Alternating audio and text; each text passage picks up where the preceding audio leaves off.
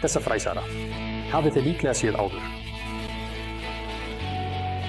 Og kannski vitið þið líka að hún fyrir innstungur, þó í þessu tilfelli sé líklega viðeigandi að segja skúfa. Svo þetta fræsari fyrir innstungur eða skúfur. Ég heiti Tómas Krausenski og núna í Unimax verkstæðinu ætla ég að sýna ykkur hvernig á að vinna með hana og við munum búa til eitthvað með henni. Það eru til nokkrar gerðir af skúfum en við getum skipt þeim í 2 aðalflokka eftir framhlið þeirra. Framhliðin annarkvort í takt við hliðarnar og fer inn í opið fyrir innstunguna eða hún nær aðeins út fyrir sjálfa skúfuna þannig að hún virkar einnig sem stöðvunardýr við lokun. Í seinna tilfellinu framhliðin fest við kassa skúfunar sem getur verið framleidd án kröfu fagurfræðilega virkni þar sem hún hulin af framhliðinni. Það hins vegar verra í tilfelli þeirra skúfa sem nefndar voru fyrst því að undantekningum undanskildum ekki æskilegt að framhliðin sýni tenginguna við aðra hluta skúfunar. Auðvitað getur það stundum verið ætlunin að sýna fram á göfuga handverksraunina í tengingunni. En oftast reynum við að fela það og til þess eru notaðar ýmsar aðferðir þar sem hálfskjólgóður svalahali talinn vera hápunkturinn sem í dag hægt að gera nokkuð á áhrifaríkan hátt með efri fræsara, með viðeigandi fræsara og snefmál.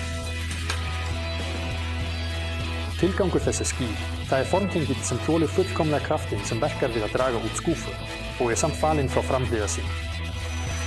Það sem svalasambandið tímafrekt jafnvel með nútíma verkfærum datt einhverjum í hug að búa til formtengill sem framleiddur með 1 eða 2 ferðum verkfærisins í gegnum efnið. Við fyrstu sýn augljóst að í samanburði við svalasambandið mun þessi formtengill ekki halda og það nauðsynlegt að sameina hann með efnislegu sambandi í þessu tilfelli, límingu. Því jafnvel, svalahalasamskeyti límd. Límið gegnir þó mun minna hlutverki í styrk sambandsins hjá þeim.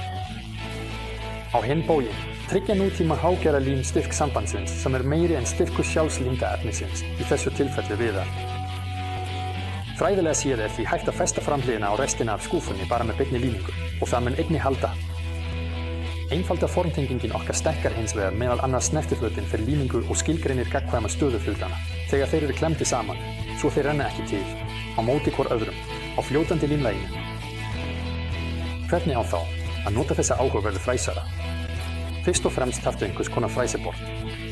Þeir sem treysta sér ekki til að búa það til sjálfir geta nýtt sér fjölda iðnaðarframleiddra borða eða að minnsta kosti klemmubrútur fyrir efri fræsara. Ég notaði fræsaraluta í vinnumiðstöðinni Triton ásamt efri fræsara af sömu tegund.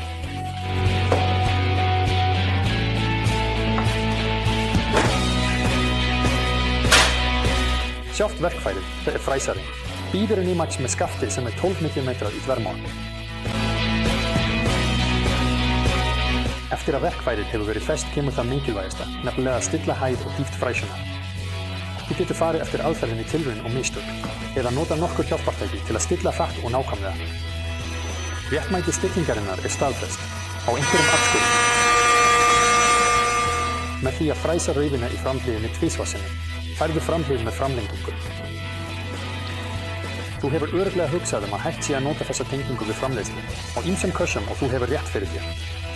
Jæja, en þar sem ég þarf einmitt burðara fyrir bjór, bæði fyrir dósir og flöskur, þá ætla ég að prófa það strax.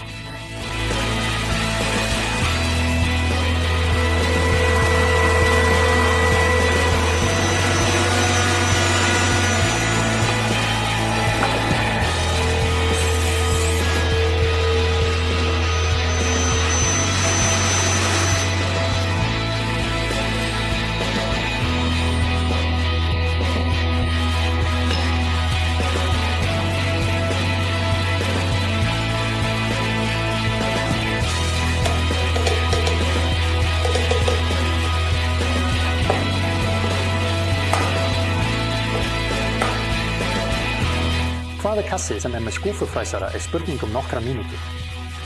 Raufin fullkominn aðstoðarmaður við að herða með klemman og tengingin heldur, hrein og lítur alls ekki illa út.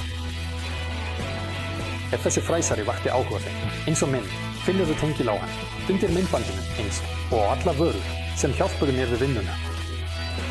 Takk fyrir að horfa, líka, deila eða skrifa athugasemd.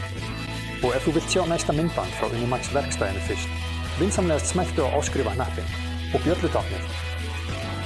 Hafðu það gott og sjáumst fljótlega í Unimax verkstæðinu.